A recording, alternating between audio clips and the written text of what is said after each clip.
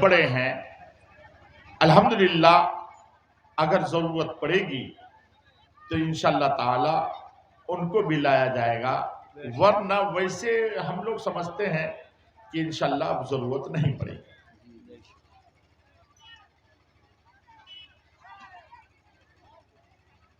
الحمدللہ نحمدہ نصلی علی رسولہ الکریم، اما بعد فاعوذ باللہ من الشیطان الرجیم، بسم اللہ الرحمن الرحیم۔ جاء الحق وزهق الباطل، صدق اللہ العظیم۔ درود شریف پڑھ لیجیے، اللہم صلی علی سیدنا مولانا محمد وعلی آل سیدنا مولانا محمد وبارک وسلم۔ صلاۃ و سلام علیک یا رسول اللہ، صلاۃ و سلام علیک یا حبیب اللہ وعلی آلک واصحابک یا خیر خلق اللہ۔ معزز سامعین، تراویح 20 رکعت ہے یا 8 رکعت؟ میں چیلنج کر چکا ہوں کہ بخاری شریف یا کسی اور کتاب میں وہ تراویح کے نام سے 8 رکعت تراویح لفظ تراویح حدیث شریف میں دکھا دے، غلامی لکھ دوں گا اور زندگی بھر نہیں دکھا سکے۔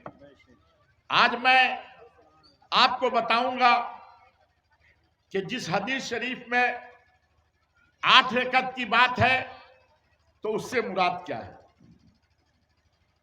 اور کیا حدیث شریف میں 20 رکعت ثابت ہے یا نہیں۔ سب سے پہلی بات یہ ذہن میں بٹھا لیں، حضرت امام بخاری رحمت اللہ تعالی علیہ کو 6 لاکھ احادیث صحیح یاد تھی۔ کتنے بولیے؟ 6 لاکھ احادیث، وہ بھی صحیح احادیث حضرت امام بخاری کو یاد تھی، ہے نا؟ کتنے بولیے تو؟ صحیح، ہے نا؟ اور ان میں سے صرف امام بخاری نے بخاری شریف جلد اول جلد دوم میں مقرر طور پر، یعنی ایک حدیث کو کئی مرتبہ کئی طریقے سے، صرف 9000 احادیث اس میں لکھے ہیں۔ اگر مقررات کو ہٹا دیا جائے تو اس میں صرف 4000 حدیثیں صحیح ہیں۔ اب بتائیے کہ وہ 6 لاکھ حدیث صحیح جانتے تھے، بخاری میں صرف انہوں نے 4500 حدیث صحیح لکھی، تو باقی حدیث کہاں گئی؟ وہ باقی حدیث گئی کہاں؟ تو امام بخاری کی اور بھی کتابیں ہیں، یہ لوگ صرف بخاری کو مانتے ہیں، اور امام بخاری کو اگر مانتے تو یہ 6 لاکھ حدیث جو وہ یہ صحیح ان کو یاد تھی، جو دوسری جگہ اور انہوں نے لکھی ہے، ان کو کیوں نہیں مانتے؟ اچھا، اور سنیے، یہ ابن تیمیہ اور صدیق حسن بھوپالی جو اہل حدیث کے امام ہیں، انہوں نے اپنی کتابوں میں لکھا ہے 20 رکعت تراویح۔ اب پہلے آپ سن لیجئے، پہلے آپ جو ہیں اس بات کو سن لیں کہ احادیث کی کتابیں بہت ہیں۔ مشکات شریف بھی حدیث کی کتاب ہے، اس میں بھی جو احادیث لکھی گئی ہے وہ سیاہ ستہ سے اور بھی دیگر کتابوں سے لکھی گئی ہے، جو مدارس میں پڑھائی جاتی ہے، ہم لوگ پڑھے ہیں۔ ایسا نہیں ہے کہ صرف بخاری شریف بخاری شریف بخاری شریف بخاری شریف، ایسا نہیں ہے، حدیث کی بہت سی کتابیں ہیں۔ بہرحال 20 رکعت تراویح حدیث شریف نوٹ کریں، پہلے حدیث شریف سنیں، اور اس حدیث شریف سے 20 رکعت تراویح کا ثبوت سن لیں، اور ان کے بعد ہم بتائیں گے کہ 8 رکعت جو بخاری شریف میں ہے اس سے تراویح مراد ہے یا کیا چیز مراد ہے، وہ ہم آپ کو خلاصہ بتائیں گے۔ تو سب سے پہلے آپ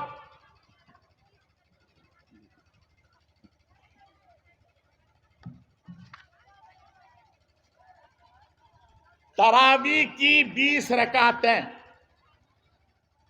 کچھ لوگ تراویح کی 8 رکعتیں بتاتے ہیں، آخر احادیث میں کتنی رکعتوں کا ذکر آیا ہے، دلائل سے ثابت فرمائیں۔ الجواب، احناف کے